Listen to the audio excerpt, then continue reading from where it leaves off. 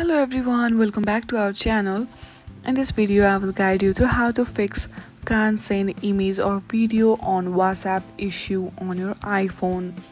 If you are facing this issue, then first of all what you need to do is check your internet connection.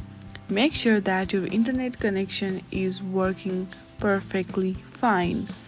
Once you check that, hit on the setting and then scroll down until you find general. From there simply hit on general and then from here choose iPhone storage. Now scroll down and search for WhatsApp application and then hit on the offload app and do offload app and then reinstall your WhatsApp application and try again. Your problem will be solved. I hope you like this video. Thank you for watching.